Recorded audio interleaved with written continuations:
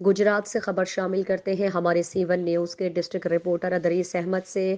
لالا موسیٰ میں national media اور Pakistan federal union of journalist central Punjab کے زیر اہتمام نجی چینل کے رپورٹر صدف نعیم کی یاد میں تعزیتی ریفرنس کا اہتمام کیا گیا۔ تعزیتی ریفرنس میں ضلع بھر کے صحافیوں نے بھرپور شرکت کی۔ تعزیتی ریفرنس میں سیاسی اور سماجی شخصیات کی بڑی تعداد نے بھی شرکت کی۔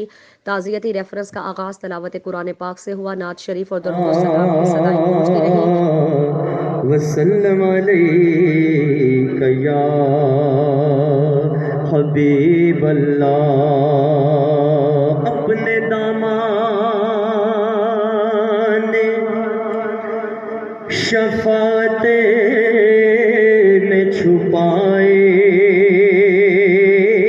رکھنا۔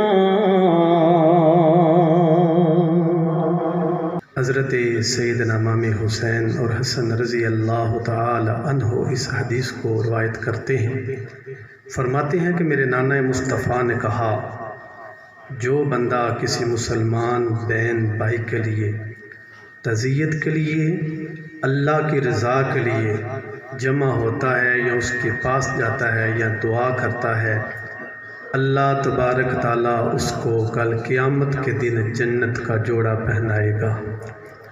صدف نعیم کی صحافتی خدمات کو خراج تحسین پیش کرنے کے لیے صحافیوں نے تعریفی کلمات ادا کیے۔ قطرہ نسیاں ہے خودی، وہ صدف کیا جو قطرے کو گہر کر نہ سکے۔ شہیدہ کا مسئلہ بنا اور ان کی شہادت جب پیش آئی تو وزیر اعلیٰ پنجاب کی طرف سے 25 لاکھ روپے کی امدادی چیک دیا گیا اور اناؤنس کیا گیا، تو قائد محترم رانا محمد عظیم انہوں نے اسی وقت PFUJ کے پلیٹ فارم سے دباؤ ڈالا وزیر اعلیٰ پنجاب کو، چودھری پرویز راج صاحب سے، اور یہ 25 سے بڑھتا ہوا یہ 50 لاکھ تک کی اس کی اماؤنٹ چلی گئی۔ اور پھر ریفرنس کے اختتام پر مرحومہ کے بلند درجات کے لیے خصوصی دعا کی گئی۔ آخرتی حسنۃ وقنا عذاب النار۔